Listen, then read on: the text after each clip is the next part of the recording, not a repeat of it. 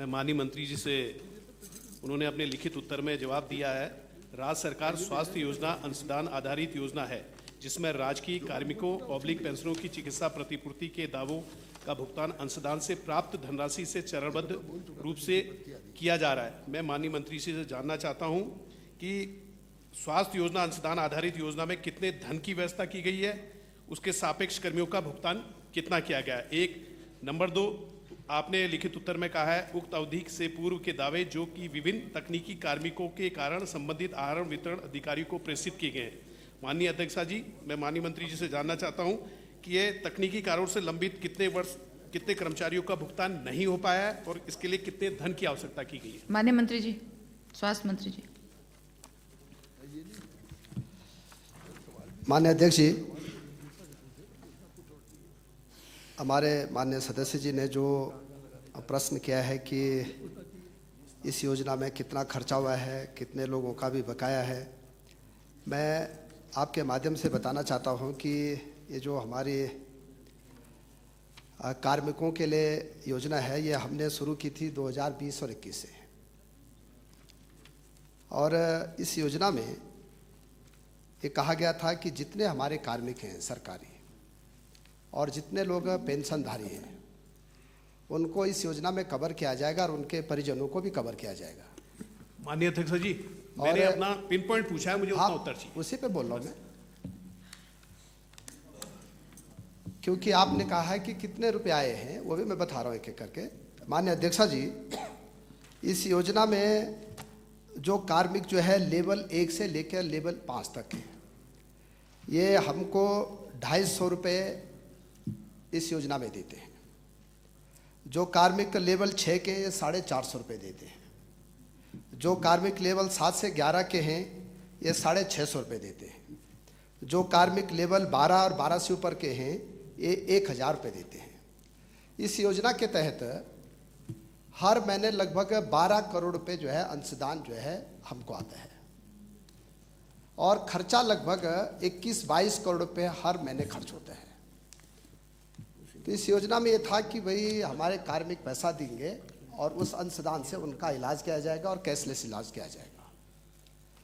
इसका जो पहले साल का खर्चा हुआ, इसमें 3239 लोगों ने इलाज किया और इसका खर्चा 4 करोड़ रुपए आया पहले वर्ष। दूसरे साल माननीय अध्यक्षा जी 25,720 लोगों ने इलाज कराया और लगभग 51 करोड़ रुपए खर्चा है इस योजना में। तीसरे साल 2022 और 23 में 58,860 लोगों ने इलाज कराया और 128 करोड़ रुपए लगभग खर्चा हुआ इसमें। चौथे साल जो है 23 और 24 में 84,627 लोगों ने इलाज कराया और 220 करोड़ रुपए खर्चा हुआ। 24 और 25 में 1,01,823 लोगों ने इलाज कराया और लगभग 275 करोड़ रुपए खर्च हुआ।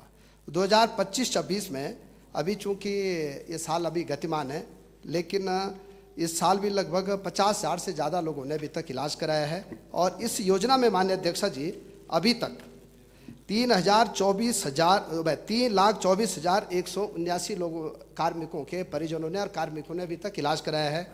और अभी तक इस योजना में अभी तक का जो टोटल खर्चा हुआ है ये माननीय अध्यक्षा जी हमारे जितने भी हमारे सरकारी हॉस्पिटल हैं, गैर सरकारी हॉस्पिटल हैं, कुल जो है 771 करोड़ रुपए अभी तक व्यय हुआ है।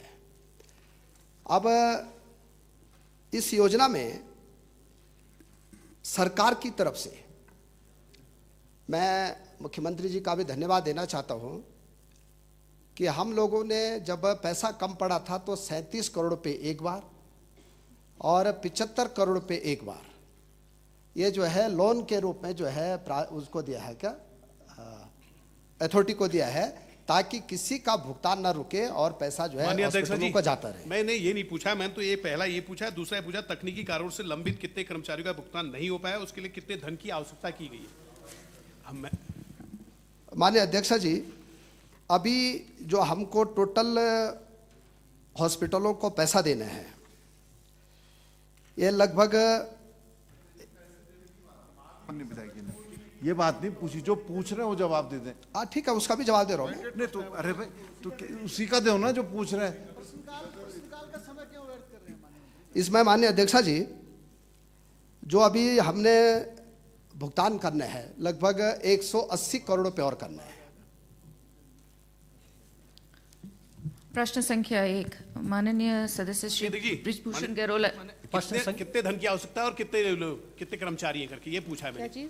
माननीय अध्यक्ष जी, माननीय विधायक जी ने पूछा था, उसका माननीय जवाब अध्यक्ष नहीं जी। आया। माननीय विधायक जी ने पूछा था कि कितना भुगतान लंबित है और कितने कर्मचारियों का है, ये तो बता देना।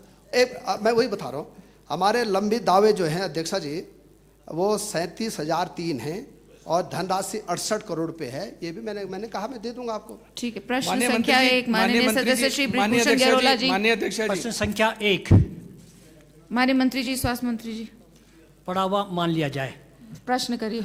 माननीय अध्यक्ष जी, डोईवाला विधानसभा के अंतर्गत हर्रावाला देहरादून में राजकीय मैटरनिटी एवं कैंसर चिकित्सालय भवन का शिलान्यास वर्ष 2020 में तत्कालीन मुख्यमंत्री श्री त्रिवेंद्र सिंह रावत जी के द्वारा किया गया था।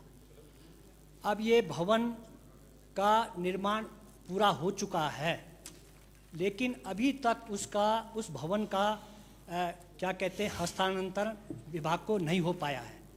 और मैंने माननीय मंत्री जी से पूछा था कि ये जो हॉस्पिटल है इसको पीपीपी मोड पर चलाने के लिए क्या सरकार विचार कर रही है, विभाग विचार कर रहा है। तो माननीय मंत्री जी ने कहा का जवाब है कि राज्य के निवासियों को कैंसर उच्च स्तरीय उपचार सुलभ कराने के उद्देश्य से उक्त चिकित्सालय को पीपी मोड में संचालित किए जाने के साथ इसके जो देश का जो प्रतिष्ठित कैंसर चिकित्सालय संस्थानों में टाटा मेमोरियल सेंटर मुंबई आदि से वार्ता की जा रही है। तो मैं माननीय मंत्री जी से पूछना चाहता हूं कि इसका पीपी मोड में इसका कब संचालन होगा, जिससे हमारे राज्य के जो कैंसर के पेशेंट्स हैं उनको उसका उपचार में सुविधा मिल सके। माननीय अध्यक्ष जी, हमारे माननीय सदस्य जी जो कि हमारे वहाँ के विधायक भी हैं, हम हरावाला में एक कैंसर हॉस्पिटल बना रहे हैं। इसका लगभग 99% काम पूरा हो चुका है और इसमें बड़ी बात यह है कि अभी तक लगभग 125 करोड़ रुपए खर्च हो चुके हैं। विभाग द्वारा जो है एक कमेटी बनाई गई है और उस कमेटी में जैसे उसकी रिपोर्ट आएगी उसके स्थानांतरण की प्रक्रिया शुरू हो गई है। वहाँ पे दो दिक्कतें आए माननीय अध्यक्ष जी। पहले तो हमको ज़मीन नहीं मिली और ज़मीन न मिलने के कारण थोड़ा डिले हुआ। बाद में जो है एक उबराय जी हैं, उन्होंने वहाँ पूरी ज़मीन दान दी। फिर वो ज़मीन जैसे जान मिली तो फिर हॉस्पिटल बनना शुरू हुआ। हॉस्पिटल बनने के बाद वहाँ हाई टेंशन लाइन की एक बड़ी प्रॉब्लम आई गई। फिर हम लोगों ने उस हाई टेंशन तार के लिए भी फिर पैसा दिया और उसको अंडरग्राउंड कराया। फिर ये वहाँ कि इतना बड़ा हॉस्पिटल बन गया तो उसकी पार्किंग की व्यवस्था कैसे होगी, तो फिर जो है ज़मीन खरीदनी पड़ी वहाँ पे। और मैं मुख्यमंत्री जी का, सरकार का भी धन्यवाद देना चाहता हूँ कि पहली बार हमने हॉस्पिटल के लिए ज़मीन खरीदने का भी कैबिनेट में प्रस्ताव किया कि भाई पार्किंग के लिए ज़मीन वहाँ पे देनी चाहिए, तो वो भी हो गया है। अब स्थानांतरण की प्रक्रिया शुरू हो गई है और मैं कह सकता हूँ कि बहुत अच्छा हॉस्पिटल हम बना रहे हैं। वैसे हल्द्वानी में भी बनना है और देहरादून में बनना है। अब जो आपकी वो है कि भाई टाटा को देना है, तो हमने सारे विकल्प खुले रखे। हम चाहते हैं कि टाटा आ जाए तो बहुत अच्छा हो जाएगा और बाय द वे वो क्वेश्चन मार्क करते हैं तो फिर हमको खुद संचालन करना पड़ेगा, तो उस पर भी हम जाएंगे। ठीक। प्रश्न संख्या 2, माननीय सदस्य श्री बृजभूषण गैरोला जी। प्रश्न संख्या 2।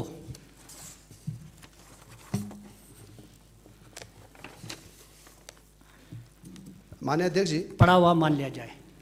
माननीय अध्यक्ष जी, उत्तराखंड में सेंटर ऑफ एक्सीलेंस के रूप में उत्तराखंड के 95 विकास खंडों में अटल उत्कर्ष विद्यालय 2 खोले गए हैं और प्रत्येक ब्लॉक में जो ये विद्यालय खोले हैं यहाँ पर जो यहाँ पर प्रवक्ता और एलटी की जो नियुक्तियाँ हुई हैं ये हमारे गवर्नमेंट कॉलेज के ही शिक्षकों को वहाँ पर नियुक्ति की एक प्रक्रिया के स्क्रीनिंग परीक्षा के रामनगर के बोर्ड के द्वारा कराई जाती है।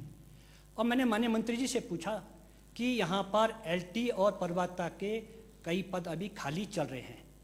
साथ में एक और इसमें मैंने माननीय मंत्री जी से जानना चाहता हूँ कि जो शिक्षक बगैर स्किलिंग वर्षों से कार्यरत हैं, और मैं माननीय मंत्री जी से जानना चाहता हूँ कि जो शिक्षक बगैर स्किलिंग से वर्षों में कार्यरत हैं उनका स्थानांतरण कर स्क्रीनिंग परीक्षा पास करने के उपरांत काउंसलिंग करने के बाद कब तैनाती की जाएगी। और दूसरा इसी में मेरा सप्लीमेंट्री है माननीय अध्यक्ष जी, राज्य में बनाए गए अटल उत्कर्ष विद्यालय जो सीबीएसई से संचालित हो रहे हैं, इनमें दिक्कत क्या आ रही है कि रिन्यूअल जब करना होता है तो वो जो प्रिंसिपल है उनके पास उनको कोई अधिकार नहीं है और उसमें समय बड़ा खराब टाइम किल होता है, वो कर नहीं पाते हैं। उसके लिए बजट के लिए क्या व्यवस्था की गई है जिससे इसमें रिन्यूअल भी इनका संचालन में हो सके। माननीय मंत्री जी। माननीय अध्यक्षा जी, हमारे प्रदेश में कुल 186 जो है अटल आदर्श स्कूल हम लोग संचालित कर रहे हैं और यहाँ पे प्रवक्ताओं के पद जो स्वीकृत हैं 1834 हैं, जिसमें कार्यरत जो है 1283 है और 160 वहाँ पे गेस्ट फैकल्टी भी है। एलटी में 1715 जो है स्वीकृत पद हैं, 1446 वहाँ पे शिक्षक कार्यरत हैं, 44 वहाँ पे गेस्ट फैकल्टी भी है। जो हमारे माननीय विधायक जी की जिज्ञासा है कि आप वहाँ 100% टीचरों को कब भरेंगे।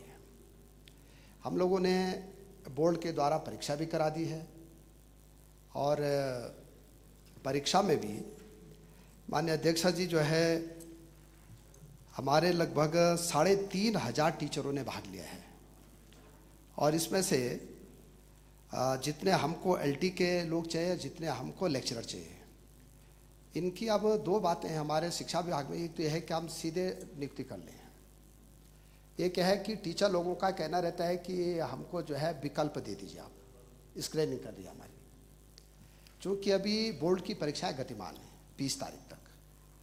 जैसे बोर्ड की परीक्षाएं ख़त्म होंगी और हम ये भी करते हैं कि हम पहली बार ये भी हमने तय किया है कि 20 अप्रैल से पहले हम रिजल्ट भी घोषित कर देते हैं। जैसे हमारी बोर्ड की परीक्षाएं ख़त्म होंगी उसके बाद हम टीचरों से विकल्प भी ले लेंगे या स्क्रीनिंग कर लेंगे, या हमको ये देखना पड़ेगा कि हमको जहाँ जहाँ भेजना है। कई बार टीचर लोग क्या होता है कि वो विकल्प दुर्गम का कम भरते हैं तो कई बार वहाँ पद खाली रह जाते हैं, तो हमको जो राज्य के हित में होगा उस पर जाएंगे और बहुत जल्दी हम लोग उनकी जो है नियुक्ति कर देंगे। सीबीएसई वाला जी, सीबीएसई के लिए जो अध्यक्षा जी आपने क्वेश्चन किया हमारे माननीय विधायक जी ने, इसमें सीबीएसई जो है लगभग हर साल निरीक्षण करती है स्कूलों का और निरीक्षण करने के बाद उनकी फीस भी होती है कुछ। अभी तक तो राज्य सरकार उसको दे रही थी, अभी हम इसकी एक नियमावली अलग बना रहे हैं क्योंकि इसमें एक थोड़ा दिक्कत क्या हो गई है कि जो टीचरों का वहाँ जाते हैं, ट्रांसफ़र होता है या जो सिलेक्शन होते हैं वो अगर सुगम में है तो उनको दुर्गम माना जाता है। इसको भी हम नियमावली को चेंज कर रहे हैं ताकि वहाँ के टीचरों की भी ट्रांसफ़र हो सके। और दूसरा इसको सरलीकरण कर रहे हैं ये नियमावली में कि उनको जो है वहाँ या तो कुछ प्राचार्य को हम अधिकार दे दें या फिर वहाँ के खंड शिक्षा अधिकारी को दे दें ताकि उनको जो है हर साल कोई दिक्कत का सामना न करना पड़े और वो स्कूल हमारे अच्छे ढंग से संचालित हो सके। प्रश्न संख्या 3 माननीय सदस्य श्री वीरेंद्र कुमार जाती जी। प्रश्न संख्या 3 माननीय मंत्री जी।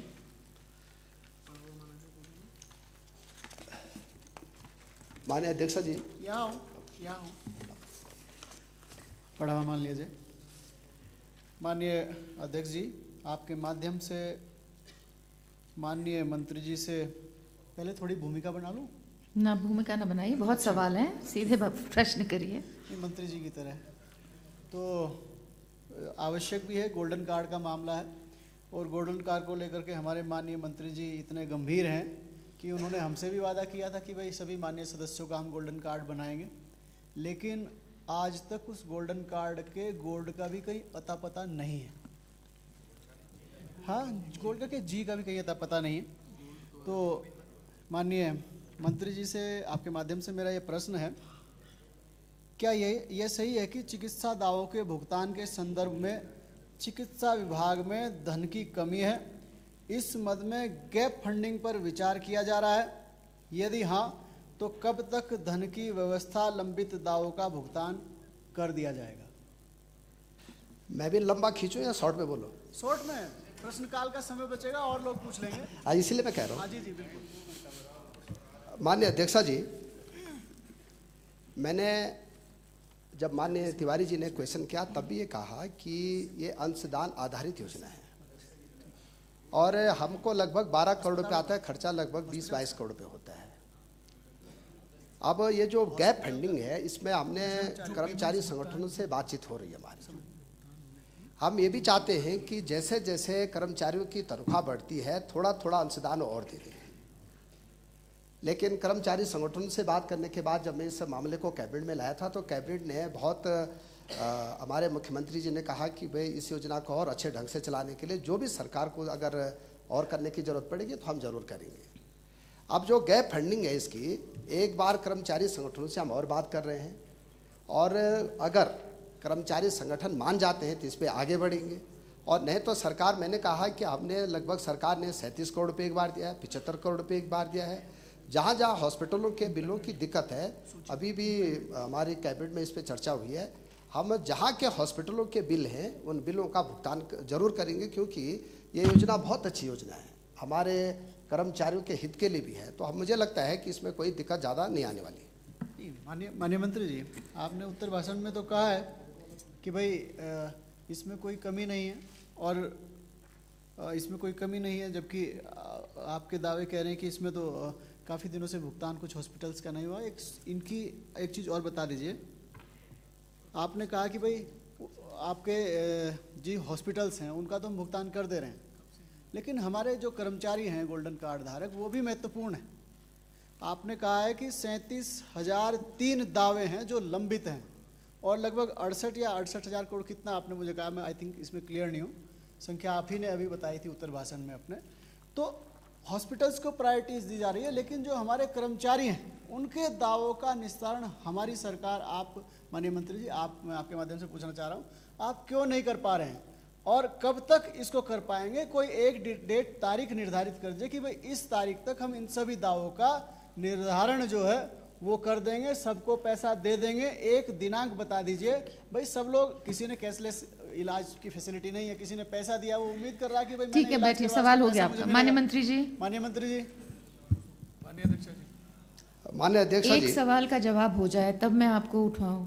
अभी वो सवाल ही कर रहे हैं, यहाँ से सब आप लोग वो कर रहे हैं। मतलब मैं देख रही हूँ, सभी को देख रही हूँ, भले नया चश्मा पहना है लेकिन दिख सब रहे हैं, ऐसा नहीं है। हमें नहीं सभी पता को देख रही हूँ। हमें नहीं पता था, आपने बता दिया। प्रश्न पूछने दे रहे हैं आप, ना जवाब आने दे रहे हैं, तब तक वहां से नहीं, मुझे देख लिया है सबको। सर नहीं नहीं, हाँ, नहीं नहीं, बिल्कुल, क्या बात करें, कल आपने कितना बोला है। चलिए, नए चश्मे की माननीय मंत्री जी। नए चश्मे की बधाई अध्यक्ष जी। नए चश्मे की बधाई अध्यक्ष जी। धन्यवाद धन्यवाद। इसकी जो प्रक्रिया है कि कार्मिक का अंशदान आएगा, कार्मिक हॉस्पिटल इलाज कराने जाएगा, या तो वो कैशलेस इलाज लेता है या हॉस्पिटल में जाता है। अब हॉस्पिटल का भुगतान इसलिए जल्दी हो जाता है कि वो तुरंत हमको पैसे का डिमांड करते हैं कि इतना पैसा हमको देना है। कार्मिक जो है अपने डीडीओ के माध्यम से हमको पहुंचाता है, उसी विभाग का डीडीओ होता है, हमारे यहाँ से तो कोई होता नहीं है। माना कृषि विभाग के कार्मिक का इलाज हुआ, उनका डीडीओ जो है मुख्य कृषि अधिकारी है, वो जिस दिन हमको जो है उसका भुगतान के लिए कहेगा, हम 15 दिन में भुगतान कर देते हैं। मैक्सिमम अगर कोई दिक्कत होगी तो 1 महीने में कर देते हैं। लेकिन इसमें क्या होता है माननीय अध्यक्ष जी कि माना किसी कार्मिक का इलाज हुआ और ये इलाज होता है सीसीएस रेट पे, उस हॉस्पिटल ने अगर ये कहा कि भाई हमको फलानी जांच कराई और वो 3,000 में कराई, भारत सरकार के राज्य सरकार की जो दरें हैं वो है 1800 की या 1200 की, जो भी रेट तय होगी। ये मामला रिव्यू में जाता है। रिव्यू में जाने के बाद ये होता है कि भाई वाकई जो है इस पर खर्चा कितना आया है। कई बार रिव्यू में जाने के बाद डीडीओ समय पे जो है भेजते नहीं है। तो मेरा ये कहना है सभी विभागों से कि अगर वो जितना जल्दी भेजेंगे उतना जल्दी हम भुगतान करते रहेंगे। और साथ में माननीय अध्यक्ष जी 31 अगस्त 2025 तक के दावों के जो प्रतिपूर्ति है वो हमने पूरी कर दी है। अगर किसी कार्मिक का रह गया है तो आप अगर लगता है कि बहुत जरूरी है ऐसा, तो आप मुझे अलग से भी बता सकते हैं। माननीय राज्य- सदस्य श्री राज्य के उमेश सभी कुमार जी, कार्य- आपके राज्य हो के गए, सभी 2 सवाल कार्मिकों हो का गए। है और 68,000 करोड़ बैठ का जाइए, आपने बैठ निर्धारण जाइए। किया है। माननीय अध्यक्ष जी, मैं आपके माध्यम से माननीय मंत्री जी से जानना चाहता हूं कि max super speciality hospital Dehradun, Neelkanth hospital Haldwani, Medanta hospital Gurugram या अन्य जो राज्य में स्थित सुपर स्पेशलिटी सेंटर्स हैं, हायर सेंटर्स हैं, उनको भी इस योजना के अंतर्गत जोड़े जाने का भविष्य में कोई आपके प्लान है? माननीय अध्यक्षा जी, अभी तक हमारे राज्य में जितने भी बड़े हॉस्पिटल हैं, हमने सबसे कहा है कि भाई आप आयुष्मान में भी और गोल्डन कार्ड में भी जरूर आइए। लेकिन जिनका नाम हमारे माननीय विधायक जी ने लिया है, कुछ कतिपय हॉस्पिटल ऐसे हैं कि जो इस योजना में अभी नहीं आए हैं। हमारा प्रयास ये है कि इन हॉस्पिटलों में भी हम लाएं और वहाँ जो है कैशलेस इलाज हो जाए। निश्चित रूप से हम उनसे भी बात करें। माननीय सदस्य सुमित्रा देश जी। माननीय अध्यक्ष जी, मैं आपके माध्यम से माननीय मंत्री जी से पूछना चाहता हूं कि आपने अभी अपने उत्तर भाषण में कैशलेस शब्द का इस्तेमाल करा है। क्या 100% जो गोल्डन कार्ड धारक हैं इस प्रदेश के, उन्हें कैशलेस इलाज क्या वाकई में इस प्रदेश में मिल रहा है? धन्यवाद। माननीय अध्यक्ष जी, कैशलेस इलाज की एक सूची है और पूरे भारतवर्ष के लिए, खाली उत्तराखंड के लिए नहीं है। उस सूची में माना 300 इलाज फ्री कराने हैं तो हम फ्री कराएंगे। कोई अगर 302 अलग से ले गया, 303 ले गया, कोई चौथा ले गया तो अलग बात है, लेकिन जो सूचीबद्ध हमारे इलाज होने वो सब कैशलेस है। माननीय सदस्य मनोज तिवारी जी। हो गया, हो गया। माननीय अध्यक्षा जी, माननीय मंत्री जी से जानना चाहता हूं, जो उन्होंने लिखित उत्तर में दिया है, राज्य सरकार स्वास्थ्य योजना के अंतर्गत राज्य की कार्मिकों और पेंशनरों को कैशलेस उपचार की सुविधा प्रत्येक सूचीबद्ध अस्पताल के माध्यम से निरंतर प्रदान की जा रही है। मैं माननीय मंत्री जी से जानना चाहता हूं कि सूचीबद्ध अस्पतालों की संख्या कितनी है और कितने धन की व्यवस्था है? माइक खोल लीजिए, माइक। सरकारी हॉस्पिटल हैं और प्राइवेट हॉस्पिटल हैं, ये कुल मिला के लगभग 310 से ज़्यादा हॉस्पिटलों में हमारा यहाँ इलाज होता है। और कुछ जो हमारे माननीय विधायक जी खानपुर ने, उन्होंने भी कहा है कि कुछ लोगों को जोड़ने की बात है, उनको भी हम जोड़ने का प्रयास कर रहे हैं। और प्राइवेट में भी सरकारी में भी हम सब जगह कैशलेस इलाज भी होता है, आयुष्मान का इलाज भी होता है। आपने आगे क्या पूछा? कितने धन की देनदारी है इन हॉस्पिटल मैंने की? तीसरी बार बोल दिया मैंने कि जो हमारी देनदारी है वो कई बार अध्यक्ष जी 22 करोड़ से थोड़ा ज़्यादा भी हो जाती है, कई बार 20 करोड़ हो जाती है। तो मैंने कहा कि लगभग 180 करोड़ रुपए की देनदारी है और हम इसको भी जो है सारे हॉस्पिटलों का उनको देने के लिए ये आज की तारीख तक प्रश्न कितनी की संख्या देनदारी? 4, माननीय सदस्य श्री मयूख महर जी। प्रश्न संख्या 4 पढ़ा हुआ माना जाए। माननीय मंत्री जी। पढ़ा हुआ माना जाए। पढ़ा हुआ माननीय, तो प्रश्न करिए। प्रश्न करें। माननीय अध्यक्ष जी, आपके माध्यम से मैं मंत्री जी से जानना चाहता हूं कि जो पिथौरागढ़ में बेस हॉस्पिटल का निर्माण हुआ है, उससे पूर्व क्या उस निर्माण से पूर्व वहाँ पर भूवैज्ञानिक की राय ली गई थी इतने भारी निर्माण के लिए, और क्या उनने इस भूमि को निरापद बनाया था इस निर्माण के लिए? और आज जो स्थिति है वहाँ पर निरंतर भूस्खलन हो रहा है और भूमि धसाव हो रहा है, जिसको आपने भूस्खलन को तो आपने दीवारों से माध्यम से रोक लिया है, पर जो भू धसाव हो रहा है उससे सारी बिल्डिंग की दीवारों में क्रैक आ गए हैं, सीढ़ियाँ बैठ गई हैं, फर्श में क्रैक पड़ चुके हैं। तो क्या इस भू धसाव के लिए आप क्या उपाय करेंगे? ये पहला तो मैं जानना चाहता हूँ। मैं दूसरा ये जानना चाहता हूँ कि जो इस बिल्डिंग के निर्माण में, बेस अस्पताल के निर्माण में कितना पैसा खर्च हुआ और इसके सुरक्षा कार्य में कितना पैसा विभाग द्वारा खर्च किया है, इसका विवरण दिया जाए।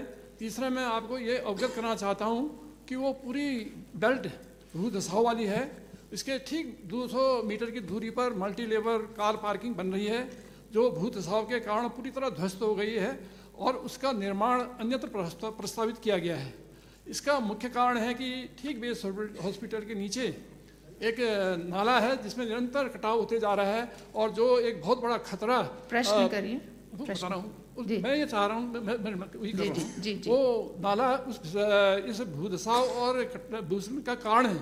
क्या विभाग उस नाले के ट्रीटमेंट के लिए कोई कदम उठाएगी और उठाएगी तो कब तक? माननीय मंत्री, आपने 6-7 क्वेश्चन इकट्ठे पूछ लिए हैं। माननीय अध्यक्षा जी, जो पिथौरागढ़ में एक तो हमारा मेडिकल कॉलेज बन रहा है, लगभग 600 करोड़ रुपए की लागत से बन रहा है, और हमारे सरकार के प्रयास है कि इसी सत्र से हम उसको शुरू करने की भी प्रयास कर रहे हैं कि सत्र से वो शुरू हो जाए। दूसरा, जिसकी माननीय हमारे विधायक जी, हमारे बड़े भाई बात कर रहे हैं, वहाँ पे एक क्रिटिकल केयर ब्लॉक बन रहा है, और जब वो बन रहा था तब पहले ये था कि भाई इसको स्वास्थ्य विभाग बनाएगा, तो ज़मीन न होने के कारण फिर ये होगा कि भाई इसको चिकित्सा शिक्षा विभाग को स्थानांतरित करके हम उसको बना रहे हैं। बनाने के लिए जिलाधिकारी और हमारे विभाग ने वो जगह का सिलेक्शन किया। सिलेक्शन करने के बाद वहाँ पे भू वैज्ञानिक के भी जांच कराएगी कि भाई ये ज़मीन ठीक है कि नहीं है, फिर उसकी DPR बने, फिर ये हुआ कि भाई उसका काम शुरू किया जाए। काम शुरू होने के बाद वहाँ पे जो है, जो माननीय विधायक जी कह रहे हैं, वहाँ पे भूस्खलन हो गया। भूस्खलन के बाद जो वहाँ उसकी ज़मीन थी वो थोड़ा धसी है। ज़मीन धसने के बाद फिर हमने वहाँ टीम भेजी, और ये पाया गया कि भाई आप वहाँ रिटेनिंग वाल बना देंगे तो हो जाएगा काम, वो भी हमने कर दिया है। अब मुझे लगता है कि आपकी आशंका यह है कि वहाँ पे नाला भी है, वहाँ पे ज़्यादा दिक्कत है, तो अगर ऐसा है, क्योंकि हॉस्पिटल बन रहा है, वो भी क्रिटिकल केयर ब्लॉक बन रहा है, 50 बेड का बन रहा है, लगभग 25 करोड़ रुपये की लागत से बन रहा है, तो मैं चाहता हूँ कि एक बार हम इसको IIT से भी बैठ करा देंगे। अगर लगेगा कि वो जगह ठीक है तो फिर उसको आगे बढ़ाएंगे, लगेगा कि वो जगह गड़बड़ है तो फिर अगर IIT मना कर देगी तो फिर हम उसको दूसरे जगह भी बना सकते हैं, क्योंकि ये हॉस्पिटल का विषय है, इसलिए मुझे लगता है कि थोड़ा इस पर हम और दिखा लें। माननीय अध्यक्ष जी, मैं ये जानना चाहता हूँ कि जो भूवैज्ञानिक ने उस जगह को निरापद बनाया है, उसकी इस रिपोर्ट पे जो आपने इस निर्माण कार्य को किया गया है, क्या उस भूवैज्ञानिक पर आप कार्रवाई करेंगे जिसने गलत रिपोर्ट विभाग को दी है? और दूसरा मेरा मानना है, मेरे प्रश्न है कि जो भूधसाव हो रहा है, भूस्खलन को तो आपने दीवारों से रोक लिया है, जो भूधसाव हो रहा है, जमीन निरंतर नीचे को बैठते चली जा रही है, उसके लिए क्या उपचार आप करेंगे, ये मैं जानना चाहता हूँ। और साथ ही जो नाला, उसके ठीक नीचे नाला है जो भूकटाव का कारण है, उसके रोकने के लिए आप क्या प्रयास करेंगे, ये मैं जानना चाहता हूँ। माननीय अध्यक्ष जी, जब क्रिटिकल केयर ब्लॉक बनता है या कोई भी निर्माण कार्य होता है तो ये सारी चीज़ें होती हैं कि भाई वो ज़मीन ठीक है कि नहीं है, सारी बातें होती हैं। ऐसा नहीं कि कोई हवा में हो गया होगा, लेकिन अब पहाड़ में कई बार क्या होता है कि बहुत बड़ी घटना हो जाती है, भूस्खलन ज़्यादा हो जाता है। अब आप कह रहे हैं कि जो वैज्ञानिक हैं क्या उसके खिलाफ कार्रवाई की जाएगी? मैंने जब कह दिया है कि हम एक बार IIT रुड़की से उसको बैठ करा लेते हैं, लगेगा कि अगर वो जगह ठीक है तो उस पर आगे बढ़ते हैं, लगेगा कि ये जगह ठीक नहीं है तो मुझे लगता है कि फिर उसके बारे में पुनर्विचार भी किया जा सकता है। अब वहाँ पे अगर IIT रुड़की की टीम ये कह देती है कि ये जगह ठीक है, यहाँ पे और अच्छे करने के लिए कुछ और हमको ठीक करना है, उसका ट्रीटमेंट करना है, तो उसके लिए पैसे और ज़रूरत पड़ेगी तो वो भी हम देंगे, लेकिन हम चाहते हैं कि वहाँ पे अच्छा काम हो। माननीय जी, जब मैं आपसे माध्यम से जानना चाहूँगा कि वो भूमि धसाव हो रहा है, बिल्डिंग को बहुत बड़ा खतरा है, उसका प्रत्यक्ष उदाहरण है कि वो ज़मीन बहुत कच्ची है, उसके 200 मीटर दूरी पर जो मल्टी लेवल कार पार्किंग बन रही थी वो पूरी तरह ध्वस्त हो गई आधा निर्माण के बाद, और उसे अन्यत्र शिफ्ट किया जा रहा है, और वही परिणाम इस बेस हॉस्पिटल का भी होना है। तो इस धसाव को रोकने ने आपने क्या व्यवस्था रिलेवेंट है? एक मिनट, और मैं ये भी जानना चाहूँगा कि इस अस्पताल में कितना बेस हॉस्पिटल कितना रुपया अभी तक खर्च हो चुका है और उसके सुरक्षा कार्यों में कितना रुपया खर्च हो चुका है, इसका मान्यता जी। एक मिनट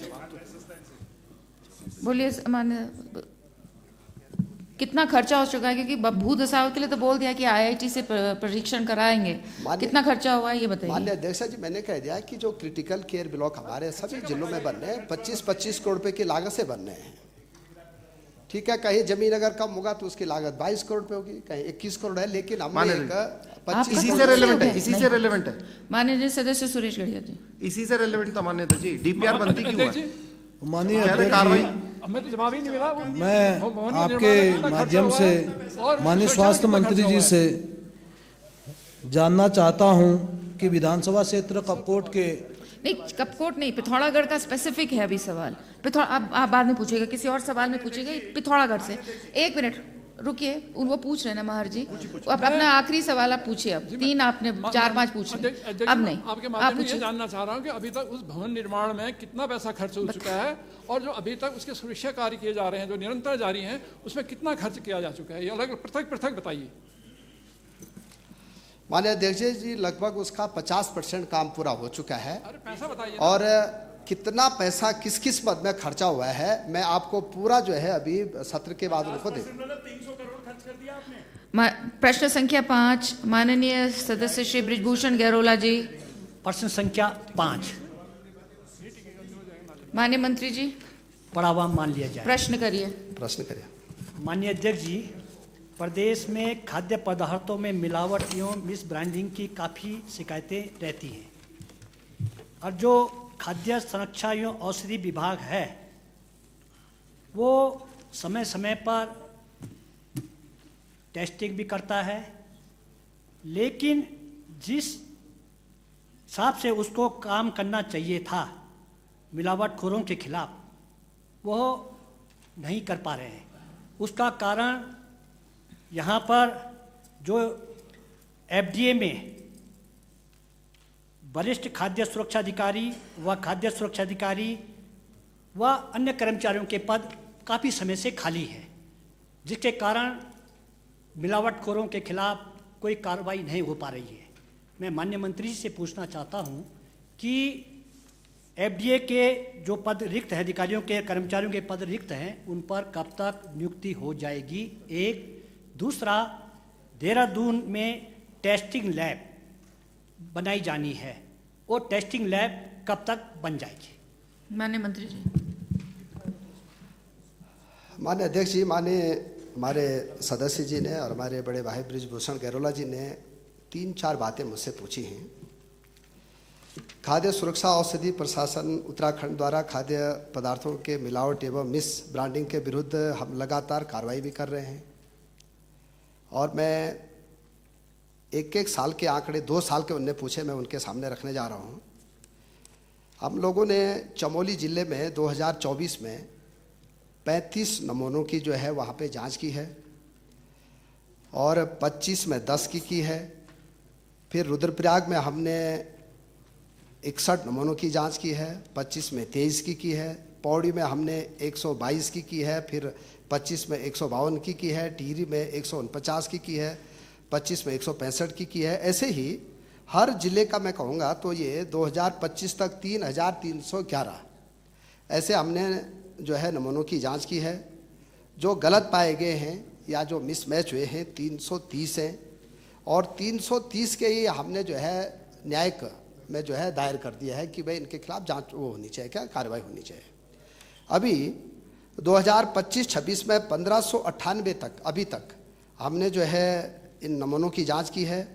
जो मिसमैच पाए गए 194 हैं, और 149 केसों के हमने जो है न्यायालय में दायर किया है। अब आप कह रहे हैं कि उत्तराखंड जो है इसमें थोड़ा पिछड़ रहा है। माननीय अध्यक्ष जी, आसाम हमसे पीछे है, दिल्ली हमसे पीछे है, बिहार हमसे पीछे है, त्रिपुरा हमसे पीछे है, तेलंगाना हमसे पीछे है, मेघालय हमसे पीछे है, छत्तीसगढ़ हमसे पीछे है, सिक्किम हमसे पीछे है, अरुणाचल हमसे पीछे है, आंध्र प्रदेश हमसे पीछे है, झारखंड हमसे पीछे है, मणिपुर हमसे पीछे है, मिजोरम हमसे पीछे है, अंडमान हमसे पीछे है, लद्दाख हमसे पीछे। आप ये बताइए कि इससे आगे कौन है हमसे? अब मेरा कहना है कि हम लोग लगातार इस पे हम इस पे जो है काम कर रहे हैं। रही बात पदों की, तो पदों का अध्याचन हमने लोक सेवा आयोग को दिया है 28 पदों का, और लोक सेवा आयोग का कैलेंडर भी आ गया है। अब भर्ती लोक सेवा आयोग को करनी है, हमको तो करनी ही नहीं है। हम तो ये रिक्वेस्ट करेंगे लोक सेवा आयोग से कि जल्दी भर्ती कर दीजिए ताकि आप जल्दी कर्मचारियों को भेज दीजिए। तीसरा जो आपने क्वेश्चन किया है कि आप देहरादून में जो टेस्टिंग लैब खोलना चाहते हैं, ये अध्यक्ष जी पूरी बन गई है, और लगभग 31 मार्च 2026 तक ये पूरी बन के तैयार हो जाएगी। डेट जब गैरोला जी कहेंगे उस दिन उद्घाटन के लिए, तो उनको भी साथ लेके चलेंगे हम, और अच्छा वहाँ पे कार्यक्रम कर लेंगे। माननीय सदस्य विनोद कंडारी जी। माननीय अध्यक्ष जी, मैं आपके माध्यम से माननीय मंत्री जी से पूछना चाहूँगा, क्योंकि सामान्य सदस्य आदित्य बीज गोस्वामी ने बहुत महत्वपूर्ण प्रश्न पूछा है, क्योंकि ये कि यात्रा पर्यटन प्रदेश है और इस देश के मैक्सिमम लोग यहाँ पर यात्रा करने आते हैं और उनकी स्वास्थ्य का ध्यान रखना हमारी जिम्मेदारी है। और मैं माननीय मंत्री से पूछना चाहूँगा कि इस पूरे विभाग में अभी तक कितने कर्मचारी नियुक्त हैं और इनकी टोटल संख्या कितनी है? माननीय मंत्री जी। माननीय अध्यक्षा जी, हमारे इस विभाग में जितने कार्मिक हैं एक पूरी लिस्ट में माननीय सदस्य जी को जो है इस सत्र के बाद दे दो। माननीय सदस्य प्रेमचंद्र अग्रवाल जी। माननीय अध्यक्ष जी, बहुत ही महत्वपूर्ण प्रश्न माननीय बृजभूषण गैरोला जी ने उठाया। माननीय अध्यक्ष जी, ये स्वास्थ्य से जुड़ा हुआ विषय है और ये बात ठीक है कि आप समय समय पर कार्रवाई करते हैं, लेकिन मेरा मानना ऐसा है कि ये कार्रवाई तब होती है जब कोई त्यौहार या कोई उत्सव होते हैं, उससे पहले ही कार्रवाई होती है। और माना अभी होली गई तो हलवाइयों पे या जिस तरह की वो दुकानें हैं उस पर आपने कार्रवाई की, तो उसके बाद फिर अगली बार कार्रवाई तब होती है या जब कोई त्यौहार आता है। इस बीच का जो काल है, क्या हम उस पर कार्रवाई करते हैं क्या? एक। दूसरा, माननीय अध्यक्ष जी, हम लोग पहाड़ के लोग हैं, यहाँ पहले स्वास्थ्य के मामले में बहुत अच्छा ये वातावरण के रूप में माना जाता था, लेकिन आज मैं यदि कहूँ स्वास्थ्य के रूप में, शायद कोई व्यक्ति होगा जो स्वस्थ होगा, चाहे उसे आब हवा का कारण कहें, चाहे पेस्टिसाइड हम खाद का इस्तेमाल की बात कहें, लेकिन मिलावट की जहाँ तक बात आती है, माननीय अध्यक्ष जी, आज पूरे प्रदेश के अंदर जगह जगह हाट लगती हैं और हाटों पे लोग बहुत जाते हैं, विशेषकर ग्रामीण क्षेत्र में। और वहाँ हाट पे जाने का प्रमुख कारण ये है कि वहाँ सस्ता माल मिलता है। अब वो सस्ता क्या होता है? एक तरफ क्वालिटी है, रेट है, एक तरफ क्वालिटी हल्की है, रेट सस्ता है। वहाँ मिलावट जो होती है, मिलावटी माल जो बिकता है, क्या हमने आज तक उन क्षेत्र में उन विषय पे कोई कार्रवाई की है क्या? एक दो हो गए आपके। हाँ ठीक है, वो जैसे भी जवाब देंगे। एक छोटा सा विषय, आजकल ऑनलाइन बहुत ज़्यादा परचेजिंग हो रही है।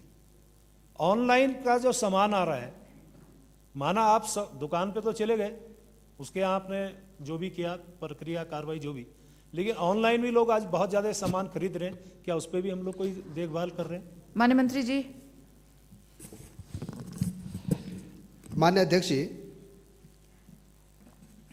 हमारे माननीय प्रेमचंद अग्रवाल जी बहुत सीनियर विधायक हैं, मेरे बड़े भाई भी हैं। अगर उनको लगता है कि जांच करानी है तो हम तो बैठे, हम तो करा देंगे, लेकिन सबसे ज़्यादा व्यापारी कहाँ है? आपकी विधानसभा में। ये क्या बात है? ये नहीं। और मैंने मिलावट से संबंधित बात की है। ऐसे क्या दुश्मनी है आपको?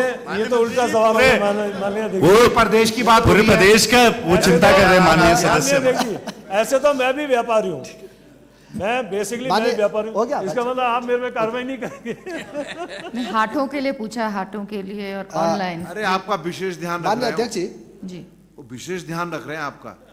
ये हमारे माननीय ऋषिकेश के विधायक जी ने बहुत अच्छी बात बोली है। ये सच है कि हम जब जब चार धाम यात्रा होती है, जब जब त्यौहार होते हैं, तभी हम इस पे ज़्यादा सक्रिय काम करते हैं, लेकिन अब आपका इशारा हो गया तो हम कल से शुरू कर देते हैं। माननीय सदस्य सुमित्र देश जी। अध्यक्ष जी, मैंने हाट से संबंधित विषय रखा था, हाट से संबंधित, ऑनलाइन से संबंधित। हाट बाजार और ऑनलाइन, हाट बाजारों में और ऑनलाइन की कैसे करेंगे? घरों में जाके। जी जी बोलिए। माननीय अध्यक्ष जी, बेहद ही महत्वपूर्ण सवाल, मैं माननीय सदस्य गैरोला जी को धन्यवाद देता हूं, बड़ा महत्वपूर्ण सवाल है। और माननीय अध्यक्ष जी, हम देख रहे हैं, प्रदेश की मैं बात करूं, अपने देश की हम बात करें, कैंसर की बीमारी लगातार माननीय अध्यक्ष जी, क्योंकि खान पान से बहुत संबंधित है, लगातार बढ़ती जा रही है। मैं आपके माध्यम से माननीय, क्योंकि वो आप स्वास्थ्य मंत्री भी हैं, खाद्य संरक्षा भी आपका विभाग है, क्या आपने कुछ आइडेंटिफाई करे हैं कि ये केमिकल्स जो हमारे प्रोसेस्ड खाना विशेषतम, क्योंकि वो सब आपके परिधि में आता है, ये जो प्रोसेस्ड खाने में क्या क्या हमारे केमिकल्स हैं या हम क्या क्या फर्टिलाइजर्स ऐसे हैं जो कैंसर कॉजिंग है, इनको आइडेंटिफाई करके इस पे कोई नीति बनाने का आपका विचार है? धन्यवाद। माननीय अध्यक्ष जी, चूंकि एक क्वेश्चन थोड़ा सी अलग से पूछा उन्होंने, लेकिन मैं इस सदन से माननीय प्रधानमंत्री जी का आभार व्यक्त करना चाहता हूं कि अभी सर्वाइकल कैंसर के लिए जो टीकाकरण शुरू किया है पूरे देश में, उसी पे आ रहा हूं मैं। प्रश्नकाल में किस बात का आभार व्यक्त कर रहे हैं? इसलिए कर रहा हूं कि कैंसर की बात की उन्होंने।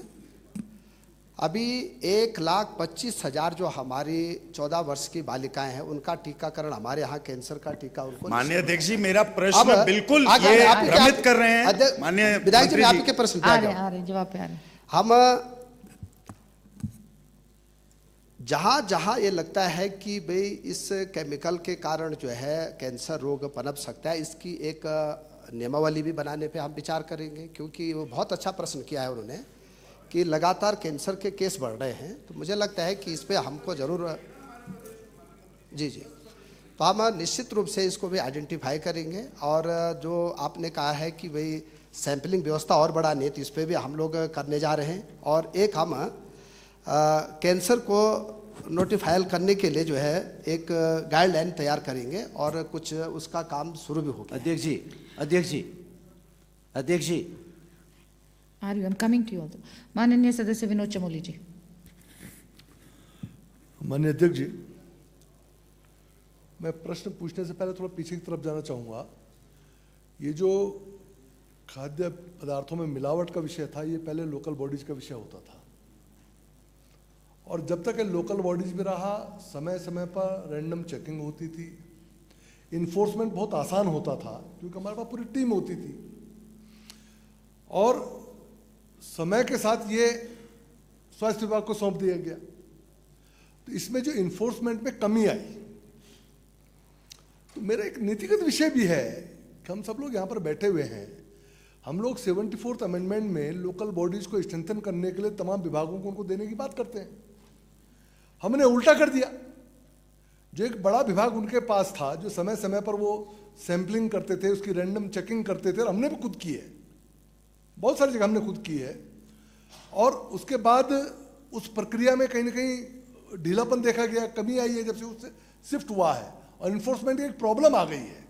इसीलिए कभी कभी ये त्योहारों में कोई चेकिंग हो जाती है, सैंपल उठा लिया, सैंपल चकवा, सैंपल में कोई कमी निकली तो कार्रवाई हो गई। लेकिन स्थानीय निकायों के स्तर पर बहुत बड़ी कार्रवाई होती थी, डिस्ट्रॉय की जाती थी चीजें। अगर कहीं दूध का सैंपल वहीं पर मौके पर खराब लगा तो पूरा पूरा दूध डिस्ट्रॉय किया जाता था। खोए के तमाम आशा रोड़ी में तमाम मैंने चेकिंगें की हैं कि जो मिलावटी खोया और नीचे से ऊपर को आता था। तो मेरा एक सैद्धांतिक विषय भी है। मैं माननीय मंत्री जी से, और प्रेम जी तो कहाँ चले गए, अपनी बात कह के चले गए, चलिए, वो तो नगर विकास मंत्री है, मैं इसलिए बोल रहा हूँ कि मैं माननीय मंत्री जी से जानना चाहूँगा कि जिन विषयों पर मैंने ये बात की है, क्या भविष्य में कभी कोई विचार किया जा सकता है कि लोकल बॉडीज को स्ट्रेंथन करने के लिए सब्जेक्ट लोकल बॉडीज सौंप दिया जाए? माननीय मंत्री जी।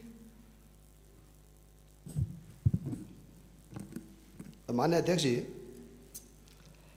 2024 और 25 में हमने 404 वादों का निस्तारण किया है, और इसमें न्यायिक मजिस्ट्रेट द्वारा लगभग 90,000 रुपये का अर्थदंड भी दिया गया है, और 401 वादों में माननीय न्यायालय द्वारा 1,29,33,000 का अर्थदंड भी दिया गया है। लेकिन जो माननीय हमारे विनोद चमोली जी का कहना है कि क्या लोकल बॉडी को भी ये काम दिया जा सकता है।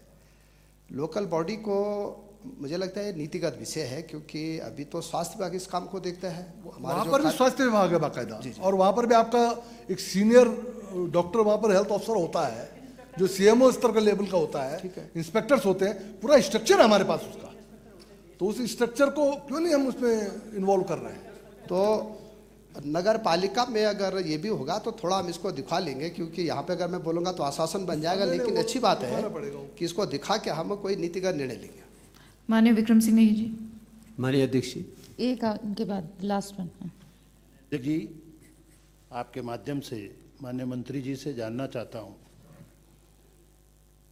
पहाड़ों में बड़ी संख्या में लोग बीमार हो रहे हैं, इसके क्या कारण हैं? और खाद्य पदार्थों, नकली दवाइयों, नकली दूध, पनीर की जांच करने की क्या व्यवस्था है? और कितने कर्मचारी इसके लिए लगाए गए? माननीय अध्यक्ष जी, टिहरी जिले में हमने 2023-24 में 139 नमूनों को जो है लिया है और फिर 24-25 में 165 है, फिर 26 में 100 से ज़्यादा केस लिए हैं। लगातार हम इसकी सैंपलिंग करते रहते हैं। अब जो आप माननीय विधायक जी का कहना है कि आप ये बताइए कि किन किन चीज़ों से लोग बीमार हो रहे हैं, तो ये बहुत व्यापक प्रश्न है और मुझे लगता है कि इस पर पूरा रिसर्च करना पड़ेगा कि लोग क्या क्या खान पान से जो है बीमार हो रहे हैं। ये यहाँ पे आज आपने बोला है तो मैं भी थोड़ा सा इस पर अध्ययन करके फिर अगली विधानसभा में जो सत्र होगा उस पर पूरा बताऊँगा कि भाई क्या क्या है।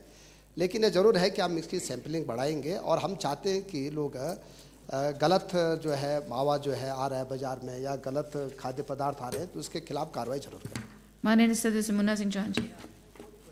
माननीय अध्यक्ष जी, एक तो ये आपने खाद्य पदार्थों की जांच की रेगुलर क्या व्यवस्था है और खाद्य पदार्थों के जो गलत खाद्य पदार्थ खा रहे हैं उसी से बीमारी हो रही है? माननीय अध्यक्ष जी, अब हम हर महीने रेगुलर इसकी जांच करें। ठीक हो गया। आज मैं सदन में कह रहा हूँ हर महीने हम जांच एक हफ्ते का ड्राइव चला देंगे। जी ठीक हो गया जी। माननीय अध्यक्ष जी, एक तो चूंकि व्यापक विषय है, किसी एक बात का प्रश्न उसका माकूल नहीं हो सकता। मैं माननीय मंत्री से एक तो ये आग्रह कर रहा हूँ, प्रश्न भी है कि जो फूड सेफ्टी स्टैंडर्डाइजेशन है, जो बिल्कुल एक FSSAI द्वारा प्रदत्त एक स्टैंडर्ड ऑपरेटिंग प्रोसीजर है, उसके एनफोर्समेंट के लिए कोई तरीका हमारे पास है कि नहीं है? वो सब चीज़ें स्टैट्यूटरी प्रोविजन सब चीज़ों के लिए किए हुए हैं, एनफोर्समेंट नहीं उसकी हो पा रही है। नंबर एक बात, क्या उसके लिए बाकायदा एक टास्क फोर्स जैसे बना करके, ये केवल ऐसा भी नहीं होना चाहिए कि आज हमने विधानसभा में उठा दिया तो साहब कल कुछ लोगों पे कार्रवाई हो गई। ये एक रेगुलर नियमित रूप से चलने वाला अभियान होना चाहिए, क्योंकि खाना हमने रोज खाना है, एक्सपोज्ड हम रोज होते हैं। और एक जैसा भी आदरणीय प्रेमचंद जी ने पूछा था, चले गए। माननीय अध्यक्ष जी, आप खुद गवाह इस बात के, हमारे तो हर गांव में अगल बगल में चारों तरफ ये हाट बाजार लगते हैं और सड़ा गला सामान वहां बेचने लाते हैं, ठगी में आ जाते हैं लोग और उसके बाद वो बड़े बीमारियों के शिकार हो जाते हैं। तो मैं कह रहा हूं हर हाट बाजार की हर दिन जो भी हफ्ते में लगता है हर बार ही उसकी सैंपलिंग होनी चाहिए, ये मैंडेटरी किया जाए। और तीसरी बात जो विनोद जी ने भी कहा और मैं भी कह रहा हूं, पहले तो ये सब देखते ही थे, माननीय मंत्री जी बताएंगे, नगर पालिकाओं में सैनिटरी इंस्पेक्टर्स होते थे जो इन तमाम सारे खाद्य पदार्थों की सैंपलिंग नियमित रूप से करते थे। क्या उस प्रोसीजर का क्या हुआ? इन्फोर्समेंट करेंगे कि नहीं पूछा है पहला तो, कि इन्फोर्समेंट का क्या सिस्टम है?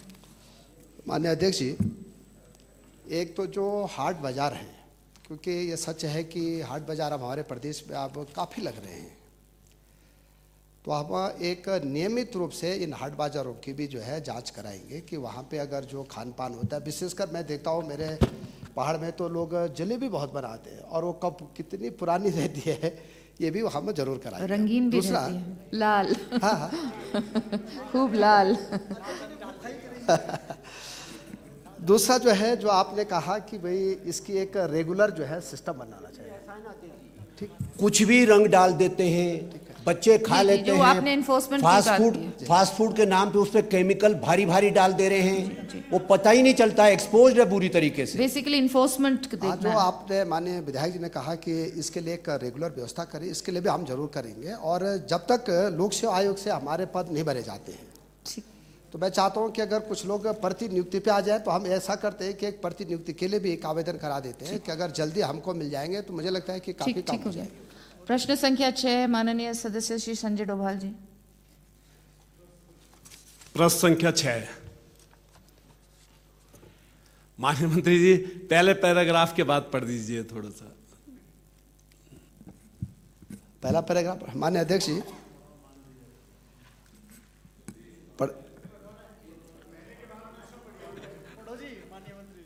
प्रदेश के प्रत्येक जिले के जिला चिकित्सालय अगले पैरा इसको छोड़ दो, उसके अगले से आईपीएचएस मानक के अनुसार सामुदायिक स्वास्थ्य केंद्र बरकोट एवं सामुदायिक स्वास्थ्य केंद्र चिन्याली सौड़ में विशेष चिकित्सकों के 6 पद सृजित हैं, जिनके सापेक्ष सामुदायिक स्वास्थ्य केंद्र बरकोट में और एवं सामुदायिक स्वास्थ्य केंद्र चिन्याली सौड़ में 6 सामान्य चिकित्सक काम कर रहे हैं। एक वहाँ पे डेंटल चिकित्सक भी काम कर रहे हैं। सामुदायिक स्वास्थ्य केंद्र बड़कोट एवं सामुदायिक स्वास्थ्य केंद्र चिन्याली सौड़ में एक्सरे लैब की सुविधा उपलब्ध है, 24/7 इमरजेंसी की सुविधा उपलब्ध है एवं एम्बुलेंस 108 की सुविधा उपलब्ध है। सामुदायिक स्वास्थ्य माननीय मंत्री जी पढ़ाओ, मान लिया जाए। अब पढ़ाओ। अच्छा ठीक है, प्रश्न करिए। माननीय मंत्री जी, आपको विदिती है कि चाहे 4 धाम यात्रा का दोनों ही मुख्य पड़ाव हैं, चिन्याली सौड़ भी और बड़कोट भी, और आपने मान भी लिया कि दोनों जगह विशेषज्ञों के 6 पद हैं, और उसके बाद भी अभी तक कोई भी विशेषज्ञ, और मैं लगभग 4 साल से, और आप भी आश्वासन दे रहे हैं, और आज तक 4 साल से कोई, तो मेरा आपसे एक पहला प्रश्न ये है कि 4 धाम के प्रमुख पड़ाव, आपका इस लिखित उत्तर में ये भी लिखा हुआ है कि नौगांव में अल्ट्रासाउंड होता है, और वो है, तो बड़कोट जो है 4 धाम का मुख्य पड़ाव है, नौगांव नहीं है, वो नगर पालिका भी है, तहसील भी है, और 4 धाम का मुख्य पड़ाव भी है। तो वहाँ पे क्या अल्ट्रासाउंड मशीन का आप वो करवाएंगे, व्यवस्था करवाएंगे? और चिन्याली सौड़ नहीं, चिन्याली सौड़ में है नहीं, चिन्याली सौड़ में है, उसके लिए तो वो है। और क्या चिन्याली सौड़ और बड़कोट में विशेषज्ञ चिकित्सकों की तैनाती होगी, और होगी तो कब तक होगी? क्योंकि बहुत समय से ये वो है, मांग है, और क्योंकि लगभग ये मैं हर बार सवाल करिए, सवाल करिए ना। हाँ, तो ये यही है कि क्या चिकित्सकों की तैनाती होगी, विशेषज्ञ चिकित्सकों की, और अल्ट्रासाउंड मशीन बड़कोट में व्यवस्था की जाएगी? माननीय अध्यक्ष जी, जवाब सुन लूं या पहले आपका ही प्रश्न कर लूं? सवाल जवाब सुन लीजिएगा, ठीक है, धन्यवाद। हमारे सदस्य जी द्वारा 3 नाराज नहीं, मैं तो मुस्कुरा के बात कर रही हूँ। हमारे माननीय सदस्य जी द्वारा मुझसे 3 बातें पूछी गई हैं। पहला उन्होंने कहा कि विशेषज्ञ डॉक्टरों की है, दूसरा उन्होंने मशीनों के बारे में कहा है, और तीसरा उन्होंने कहा कि मेरे यहाँ रेफर हो रहे हैं और कितने लोग वहाँ इलाज करते हैं। मैं थोड़ा 2 मिनट लगेंगे, लेकिन एक एक बात बता रहा हूँ, क्योंकि कई बार क्या होता है कि हम लोग कहते हैं कि साहब रेफर हो रहा है खाली। अध्यक्ष जी, मैं 1 साल के आंकड़े बता रहा हूँ, खाली 11 महीने के, उससे आपको भी पता चल जाएगा कि हम लोग कितना काम आपके चिन्याली सौड़ और बड़कोट के लिए कर रहे हैं। माननीय मंत्री जी, रेफर तो देहरादून से भी हो रहे हैं, उसके लिए नहीं है रेफर तो, पर मैं ये कह है कि विशेषज्ञ चिकित्सकों की आप व्यवस्था करेंगे या नहीं करेंगे, और अल्ट्रासाउंड मशीन की व्यवस्था होगी या नहीं होगी? पहला तो यह है माननीय अध्यक्ष जी कि हमारे चिन्याली सौड़ में एक्सरे की मशीन भी है और अल्ट्रासाउंड की मशीन है। अल्ट्रासाउंड वहाँ पे अप्रैल 25 में 58 हुए, मई में 196 हुए, जून में 137 हुए, जुलाई में 268 हुए, अगस्त में 136 हुए, सितंबर में 226 हुए, अक्टूबर में 162 हुए, नवंबर में 150 हुए, दिसंबर में 258 हुए, फिर जनवरी में 160 हुए, फरवरी में 148 हुए। तो वहाँ पे ऐसी कोई दिक्कत है नहीं। एक्सरे मशीन भी वहाँ पे है। वो अल्ट्रासाउंड के मैंने बड़कोट के लिए बोला है, चिन्याली सौड़ के लिए नहीं। अब रही चिन्याली सौड़ की बात, चिन्याली सौड़ में एक्सरे की मशीन है। आप माननीय मंत्री जी, चिन्याली सौड़ में एक्सरे और अल्ट्रासाउंड दोनों ही हैं, बड़कोट में एक्सरे है। बड़कोट में एक्सरे की मशीन है। हम चाहते हैं कि हर ब्लॉक में, क्योंकि ये सत्ता विपक्ष का मामला नहीं है, ये लोगों के स्वास्थ्य का मामला है। और आपने देखा होगा कि अखबार में मैंने कहा कि हम हर ब्लॉक में चाहते हैं कि अल्ट्रासाउंड की सुविधा हो जाए और एक्सरे की सुविधा हो जाए, जांच वहाँ पे सबकी निःशुल्क हो जाए। अब अध्यक्ष जी, हम पे पूरे प्रदेश में 44 पद जो है वो रेडियोलॉजिस्ट के हैं, जिसमें कि 42 पद हमारे भर चुके हैं, 2 पद खाली हैं। अब हमने ये भी व्यवस्था की है कि जो रेडियोलॉजिस्ट है उसी के नाम पे अल्ट्रासाउंड की मशीन आती है। अब हमने क्या है कि वो 4 दिन एक हॉस्पिटल में रहेगा और 2 दिन एक जगह जाएगा, ये हमने व्यवस्था बनाई है। कहीं ये भी कर रखा है हमने कि 5 दिन रहता है, एक दिन जो दूसरे हॉस्पिटल में जाता है। तो लगभग हमारे पूरे प्रदेश में 80-82 केंद्रों पे अल्ट्रासाउंड की व्यवस्था हो जा रही है। अब हम चाहते हैं, क्योंकि ये यात्रा मार्ग भी है और वहाँ पे तीर्थयात्री भी बहुत आते हैं, तो हमारा जो बड़कोट है, हम चाहते हैं कि वहाँ पे हम अल्ट्रासाउंड मशीन भी दे देंगे, क्योंकि वहाँ पे यात्रा का वो भी है, सीजन भी है अभी, और काफ़ी लोगों को फिर नहीं तो बहुत दूर जाना पड़ता है। लेकिन मैं कहता हूँ कि हम 1 दिन हफ्ते में या 2 दिन वहाँ पे इसकी व्यवस्था करें ताकि वो रोटेशन पे जा सके। डॉक्टर मोहन सिंह बिष्ट। अध्यक्ष जी, अब लास्ट में पूछेगा। माननीय जी, माननीय अध्यक्ष जी, क्योंकि प्रदेश के अस्पतालों की बात हो रही है, तो मैं माननीय मंत्री से जानना चाहता हूं कि मोती नगर में जो एक अस्पताल 200 बेड का लंबे समय से निर्माणाधीन है, वो कब तक बन जाएगा और कब तक उसमें, अभी क्योंकि डॉक्टरों और नर्सों प्रश्न हो गया आपका, आवास की व्यवस्था नहीं है, तो वो कब तक? माननीय जी, माननीय अध्यक्ष जी, अभी जवाब नहीं आया भैया मेरे प्रश्न का। मैं आपके माध्यम से, रुक जाइए, अभी जवाब तो आने दीजिए। क्या हो गया? शॉर्ट में बता दो माननीय मंत्री जी, शॉर्ट में बता दो, समय बच जाएगा। हेलो शॉर्ट में बिल्कुल जी। मोती नगर में हमारा 200 बेड का हॉस्पिटल बन रहा है, और जैसे बनेगा वैसे हम उसका काम भी शुरू कर देंगे, पद भी सृजन कर देंगे। तो मुझे लगता है जब बन रहा है तो अच्छी बात यह है कि 4 साल हो गए माननीय मंत्री जी, 5 साल। अब ऐसा है कि 2020 से बनना शुरू हुआ है वो, और अभी भी कोई वहाँ पर न डॉक्टरों के रहने की व्यवस्था है, न नर्सों के रहने की व्यवस्था है, और गांव की ग्रामीण क्षेत्र में अस्पताल बन रहा है। इधर अब ऐसा नहीं है ना कि सभी से, रुक जाइए, अभी सुनने दीजिए जवाब। हमें चाहते हैं कि बहुत जल्दी उसका निर्माण हो जाए और बहुत जल्दी वो बन जाए। ठीक है, माननीय सदस्य आशा नौटियाल जी।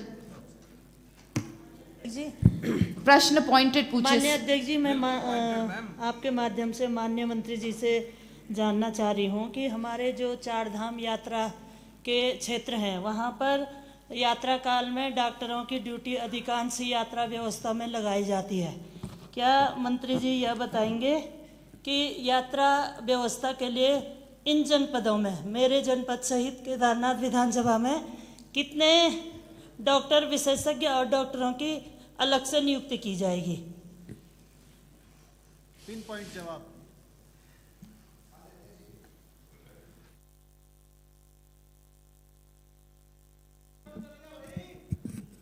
जो हमारे प्रदेश में 4 धाम यात्रा होती है, उसके लिए हर साल हम अलग से विशेषज्ञों के लिए भी लगाते हैं, अलग से डॉक्टर भी लगाते हैं, अलग से वहाँ एम्बुलेंस भी लगाते हैं।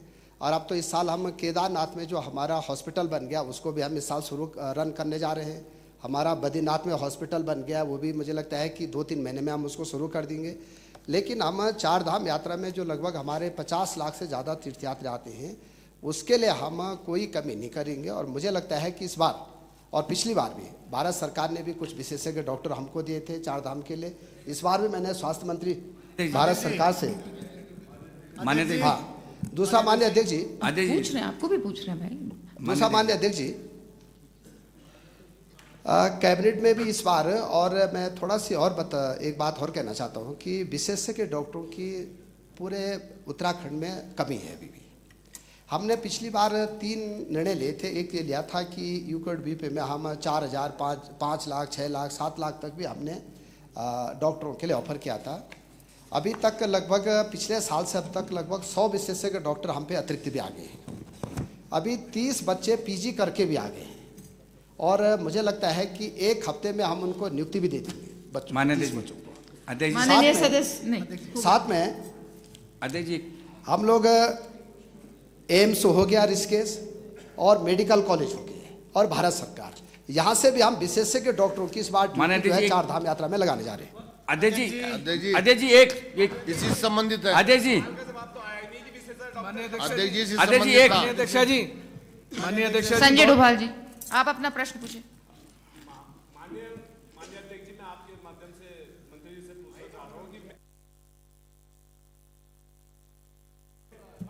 हो सकती है।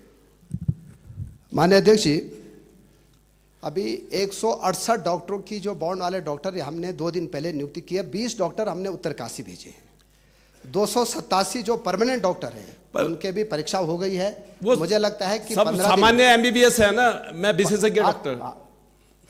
15 दिन में हम उनकी भी नियुक्ति जो है शुरू कर देंगे। और मैं ये कह सकता हूँ इस सदन में कि अब एमबीबीएस डॉक्टरों के हमारे प्रदेश में हर जगह, चाहे वो हमारा सीएससी है, चाहे पीएससी है, चाहे टाइप 1 है, चाहे टाइप बी है, हर जगह डॉक्टर हम दे देंगे। जहाँ तक विशेषज्ञ डॉक्टरों की बात है तो 30 जो हमारे बच्चे आज आगे हैं पीजी करके, उनको हम 1 हफ्ते में नियुक्ति दे देंगे और उत्तरकाशी भी जरूर हम देंगे।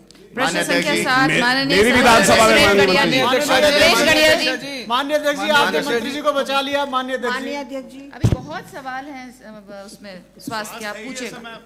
संख्या 7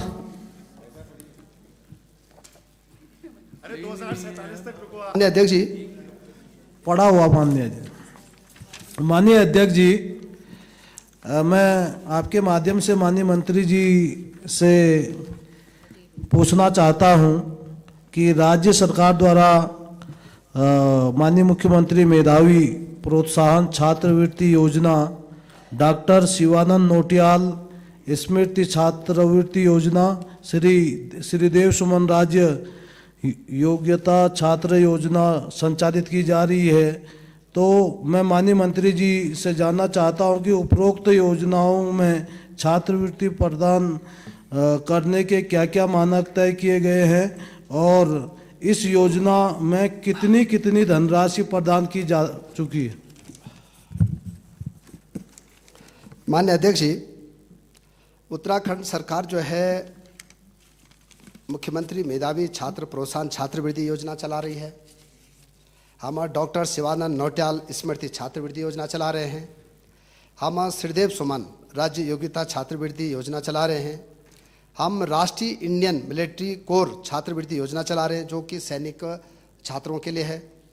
प्रदेश के बाहर स्थित सैनिक स्कूलों में जो बच्चे हमारे जाते हैं उनके लिए भी छात्रवृत्ति योजना है। और हमारे प्रदेश में अभी तक हम लोगों ने टोटल जो है 17,852 छात्र छात्राओं को मुख्यमंत्री मेधावी प्रोत्साहन छात्रवृत्ति योजना में लाभ दिया है। डॉक्टर शिवानंद नौटियाल स्मृति छात्रवृत्ति योजना में हम 527 बच्चों को लाभ दिया है। श्रीदेव सुमन राज्य योग्यता छात्रवृत्ति योजना में हमने 3,289 बच्चों को लाभ दिया है। और राष्ट्रीय इंडियन मिलिट्री कोर छात्रवृत्ति योजना में 50 बच्चों को इसमें जो है लाभ दिया है। प्रदेश के बाहर सैनिक स्कूलों में 7 बच्चे जो हमारे गए उनको हमने छात्रवृत्ति दी है। टोटल जो है हमारे राज्य में 21,743 छात्र छात्राओं को अभी तक हमने 17,67,77,300 रुपये छात्रवृत्ति के दिए हैं।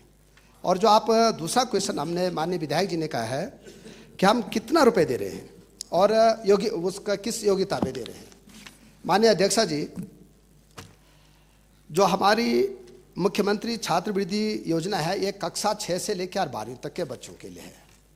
जो बच्चा 70% नंबर लाएगा कक्षा 6 में, हर ब्लॉक के लिए है, उसको हम 600 रुपये पर महीने देंगे। जो 7वीं में लाएगा उसको 700 रुपये देंगे। जो 8वीं में लाएगा उसको 800 रुपये देंगे। जो कक्षा 9th में लाएगा उसको 900 रुपये देंगे। हाई स्कूल का जो रिजल्ट उसका बोर्ड का है उसके आधार पे देते हैं हम। 11वीं में हम 1100 रुपये देते हैं। और 12वीं में जो टॉपर आएगा बच्चा या 70% सुपर नंबर लाएगा उसको हम 1200 रुपये देते हैं। ये हम मुख्यमंत्री छात्रवृत्ति योजना में देते हैं। डॉक्टर शिवानंद नौटियाल जी के नाम पे जो छात्रवृत्ति योजना है ये हम 100 बच्चों को देते हैं। प्रश्नकाल समाप्त। 1500 रुपये। प्रश्नकाल समाप्त हुआ।